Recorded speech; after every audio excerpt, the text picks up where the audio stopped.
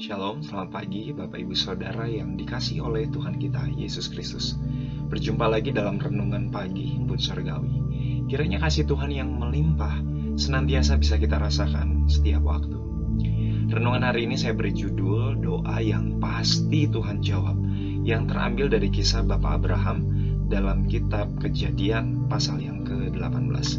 Saya menyarankan Bapak Ibu Saudara bisa membaca satu perikop ini, tidak cukup panjang, jadi silakan membaca dan merenungkannya. Dan mari kita simak bersama renungan pagi hari ini.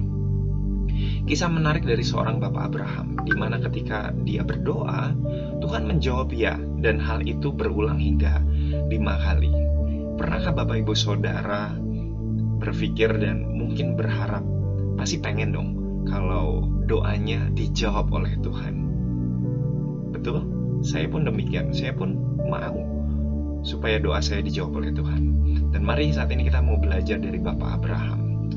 Kala itu Bapak Abraham memohonkan agar Tuhan tidak menunggang balikan kota Sodom dan Gomora, karena pikir Abraham di sana ada sanak saudaranya, yaitu Lot beserta keluarganya. Meskipun Abraham tidak serta-merta dalam pasal ini menyebutkan bahwa di kota Sodom Gomora ada Lot dan seisi keluarganya, namun dari permintaan doa yang dipanjatkan oleh Abraham, kita bisa melihat bahwa doa yang pasti dijawab oleh Tuhan adalah doa yang pusatnya bukan pada diri kita sendiri. Mari garis bawah ini, doa yang pusatnya bukan pada diri kita sendiri. Abraham saat itu meminta kepada Tuhan untuk keselamatan kota Sodom dan kota Gomora, di mana kota itu banyak melakukan dosa besar di hadapan Tuhan. Seperti judul perikop pada pasal ini, bahwa Abraham bersyafaat untuk kota Sodom. Bapak Ibu Saudara, apa itu doa syafaat? Syafaat merupakan doa yang isinya adalah permohonan kepada Tuhan untuk keperluan atau kebutuhan orang lain.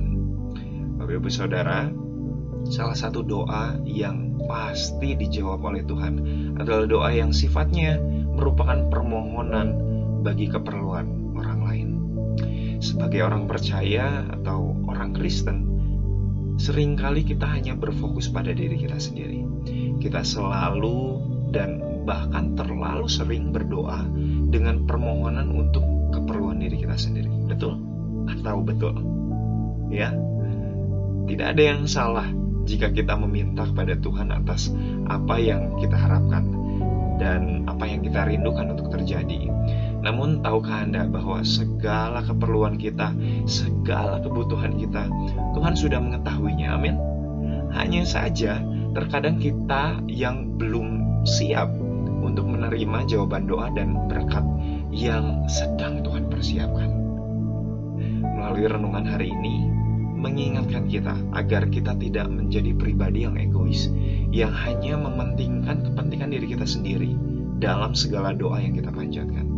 Seperti Abraham, sudahkah kita berdoa untuk orang lain?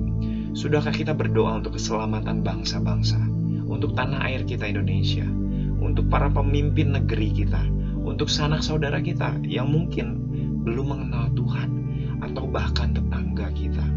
Hingga pada akhirnya, apakah kita mengingat musuh atau orang yang mengecewakan kita, orang yang membuat kita sakit hati, dan membawanya dalam doa serta memohonkan berkat bagi mereka? Seperti kata firman Tuhan, berdoalah bagi pemimpin negerimu, bagi pemerintah yang ada atasmu. Berdoalah bagi orang-orang yang belum percaya, dan bahkan doakan mereka yang menganiaya kamu. Seperti yang Tuhan Yesus contohkan bagi kita. Karena Tuhan pasti akan menjawab doa yang Anda panjatkan bagi mereka. Silakan Anda bisa mengambil waktu sejenak untuk bersyafaat bagi kebutuhan atau keperluan orang-orang lain kepada Tuhan. Dan selamat beraktivitas. Tuhan Yesus memberkati kita semua.